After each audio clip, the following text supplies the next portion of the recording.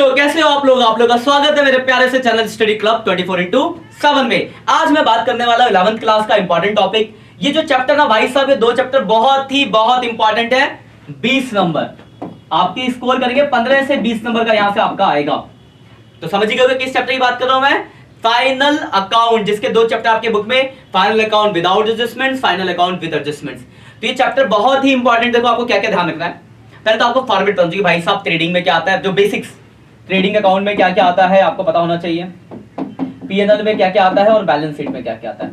इस चैप्टर को कोई छोड़ के मत जाना बेटा। इसको छोड़ के गए इस दोनों चैप्टर को तो समझो आपका रिजल्ट खराब हो जाएगा अकाउंट्स का, क्योंकि ये बहुत ही ज्यादा वेटेड वाले चैप्टर है। तो इसको आप नहीं छोड़ सकते हो, तो छोड़ के मत जाना। कोई डाउट है तो भी आपके पास पूरे 10 दिन का टाइम, आराम से आप प्रिपेयर कर सकते हो। इन दोनों चैप्टर के मैंने कुल मिला के 10-12 लेक्चर है, दोनों चैप्टर मिला के आप उनको देखो। जो चीज आपको पता उनको मत देखो, आप कर सकते हो, आराम से हो जाएगा, कोई मुश्किल नहीं है। तो ये देखो, पहले तो आपको तीनों अकाउंट का फॉर्मेट पता हो कि ट्रेडिंग में क्या आता है, पीएनएल में क्या आता है, बैलेंस शीट में क्या आता है, और उसके बाद आपको एडजस्टमेंट्स पता हो। एडजस्टमेंट्स की मेरे वन शॉट लेक्चर भी है, जिसमें मैंने सारे एडजस्टमेंट वन शॉट में बता रखे। तो ये एडजस्टमेंट जो कि वेरी इंपॉर्टेंट, एक 6 नंबर का क्वेश्चन यहाँ से आएगा, और हो सकता है एक 3 नंबर का और क्वेश्चन आ जाए 3 मार्क्स का अलग से, मतलब 9 नंबर के आसपास एडजस्टमेंट का वो क्वेश्चन, सिर्फ एडजस्टमेंट 3 नंबर में या 4 नंबर पर। प्रैक्टिकल क्वेश्चन मतलब पूरा प्रॉपर 6 नंबर के अंदर आएगा। तो ये तो बहुत जरूरी है एडजस्टमेंट्स। एडजस्टमेंट नहीं करा तो बेटा भूल जाओ, 10 नंबर तो ऐसे हवा में चले गए। अब बात करते हैं क्या क्या आपको इसमें आएगा।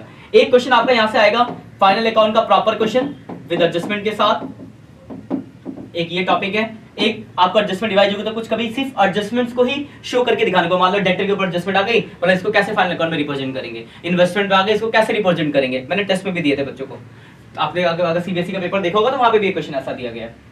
तो एक ये टॉपिक है आपका, सिर्फ एडजस्टमेंट्स को फाइनल अकाउंट में शो करना, फाइनल अकाउंट में स्टेटमेंट में शो करना। उसका एक फॉर्मूला था जहां पे COGS cost of goods sold निकालते थे, सेल्स निकालते थे, ग्रॉस प्रॉफिट निकालते थे, क्लोजिंग स्टॉक निकालते थे, ओपनिंग स्टॉक निकालते, मतलब ये सारी कुछ भी चीजें इन पांचों में से मिसिंग होती थी। आप कुछ फॉर्मूलों का यूज करके, फॉर्मूला लगा के आप ये चीजें निकालते थे। ये टॉपिक है जहां से 3 से 4 नंबर का क्वेश्चन जरूर है एग्जाम में आपका आएगा ही आएगा।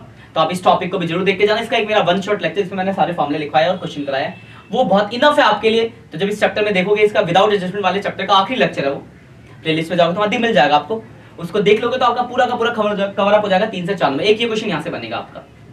उसके अलावा एक यहाँ से थ्योरी के 2 क्वेश्चन बनते हैं आपके, कैपिटल एक्सपेंडिचर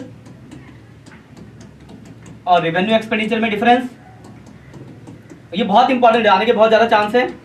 और कैपिटल रिसीप्ट और रिसीप्ट वाला तो बहुत कम चांस है, लेकिन इसके आने के बहुत चांस है। Capital expenditure, revenue expenditure, capital receipt, revenue expenditure, receipt. अब देखो ये इससे देखो 2 तरह के क्वेश्चन आ सकते हैं, या तो दोनों में डिफरेंस पूछ देगा आपको, या फिर कुछ चीज दियोगी बोलकर बताओ ये कैपिटल एक्सपेंडिचर है या फिर रेवेन्यू एक्सपेंडिचर है। तो भाई साहब आपको पता तो होना चाहिए कैपिटल एक्सपेंडिचर क्या होता है, रेवेन्यू एक्सपेंडिचर क्या होता है। तो ये फर्स्ट टर्म में पढ़ा था आपने।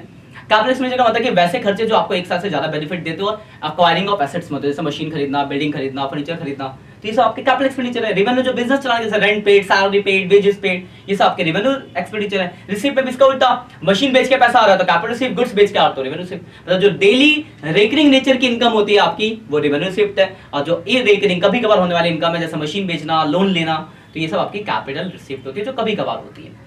डिफरेंस इसका है कैपिटल एक्सपेंडिचर, रेवेन्यू एक्सपेंडिचर, बहुत इंपॉर्टेंट है, सुन लो जरा। कैपिटल एक्सपेंडिचर और रेवेन्यू एक्सपेंडिचर में डिफरेंस आ सकता है कि कैपिटल एक्सपेंडिचर क्या है कि वो मोर देन 1 ईयर बेनिफिट देता है, रेवेन्यू एक्सपेंडिचर क्या है जो कि आपका शॉर्ट टर्म के लिए बेनिफिट देता है। कैपिटल एक्सपेंडिचर क्या है तो आपकी बिजनेस की कैपेसिटी को बढ़ाता है। रेवेन्यू एक्सपेंडिचर क्या है तो वो आपके बिजनेस को ऑपरेट करने के लिए चलता है। कैपिटल एक्सपेंडिचर के बदले एक्वायरिंग ऑफ एसेट्स आता है।